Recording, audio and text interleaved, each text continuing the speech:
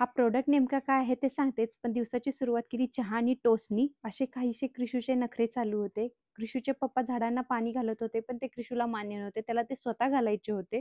तर आज जेवणामध्ये होते मटकीच्या डाळीची उसळ, बिटाची कोशिंबीर आणि कोबीच्या वड्या.